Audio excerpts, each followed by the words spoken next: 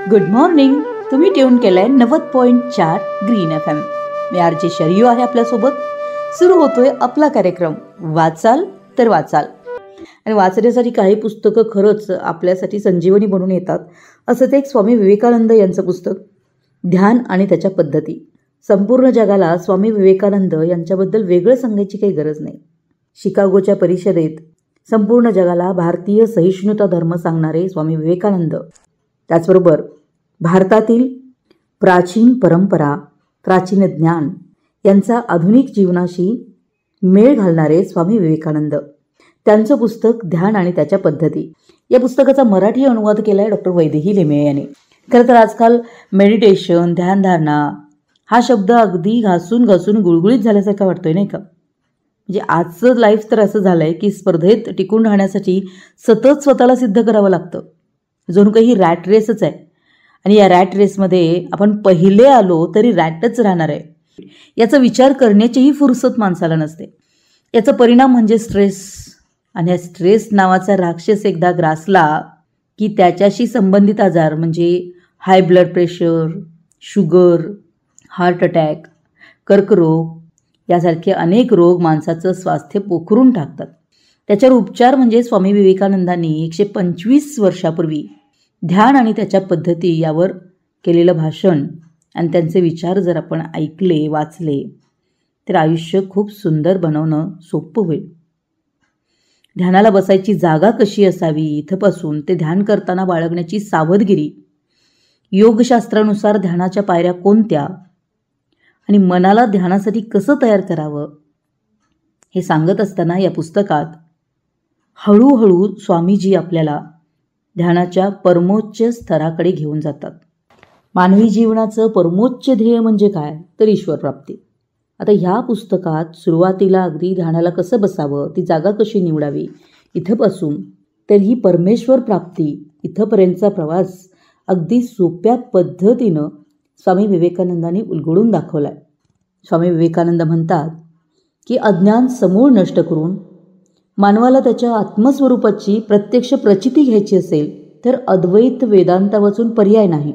तो आधुनिक संशोधकांशी सहमत असलेला किंबहुना भौतिक आणि नैतिक दोन्ही पातळीवर त्याच्यापेक्षा काकणभर पुढे जाणारा एकमेव धर्म आहे. आणि म्हणूनच आधुनिक शास्त्रज्ञांना तो इतका भावतो. आणि हा धर्म तो वेदांत, त्याचं सार सांगताना म्हणतात की वेदांत जगाला नाकारत नाही, दोषही देत नाही, पण वेदांताच्या शिकवणुकीतून दिलेल्या त्यागाचा, वैराग्याचा परमोच्च आदर्श अन्य कुठेही इतक्या उंचीला पोहोचला नाही. आणि हे सगळं जाणून घ्यायचं असेल तर कर्मकांड सोडून ध्यान हा एकमेव मार्गच आपल्याला निवडावा लागेल. कधी कधी आपल्याला वाटतं की ध्यान आणि एकाग्रता एकच आहे, पण यातला फरक सांगताना स्वामी विवेकानंद लिहितात की सामान्य एकाग्रता ही अजाणतेपणी स्वतःला विसरून जाण्याची प्रक्रिया आहे, तर ध्यान हे जाणीवपूर्वक केली जाणारी स्वयंनिर्देशित प्रक्रिया आहे, ज्याला आपण जाणीवपूर्वक किंवा जाणतेपणानं केलेलं कर्म म्हणतो. ध्यान ही पूर्णपणे स्वनिर्देशित प्रक्रिया आहे.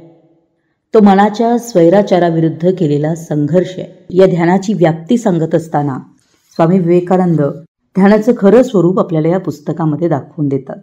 ते अनंत आहे, अगदी विस्तीर्ण आहे. आणि यासाठी हे पुस्तक एकदा वाचायलाच हवं. एवढंच नव्हे तर आपल्या संग्रही असायला हवं असं हे पुस्तक. स्वामी विवेकानंद यांचं पुस्तक ध्यान आणि त्याच्या पद्धती. या पुस्तकाबद्दल आणखी थोडंसं ऐकूया.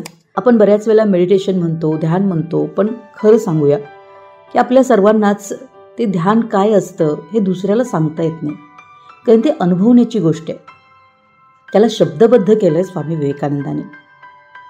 स्वामी विवेकानंद या पुस्तकात योगशास्त्रानुसार ध्यान काय, वेदांतानुसार ध्यान काय आहे हे सांगत असतानाच या मेडिटेशनच्या साहाय्यानं आपण मनाच्या शक्ती कशा जागृत करू शकतो हेही सांगितलं आहे.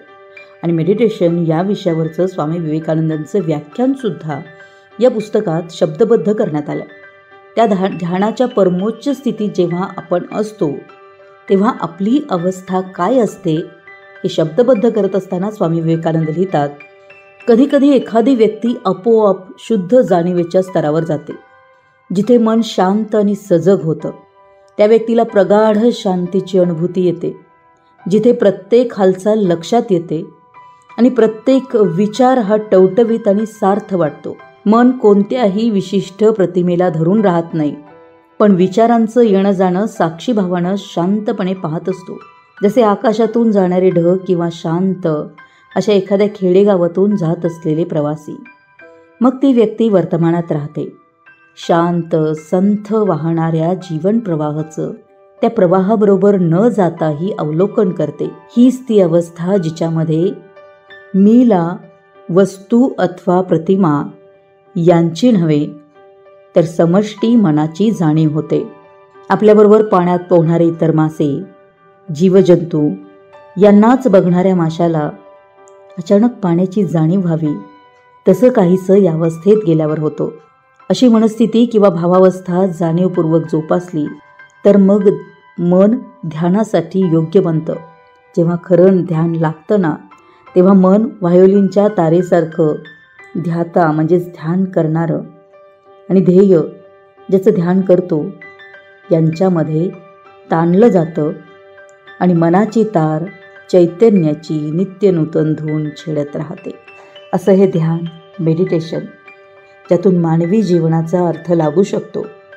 उत्तम आरोग्य, समाधान, शांतता या सगळ्यांची प्राप्ती व्हायची असेल तर सर्व काही सोडून थोडंसं स्वतःमध्ये रममान व्हावंच लागेल.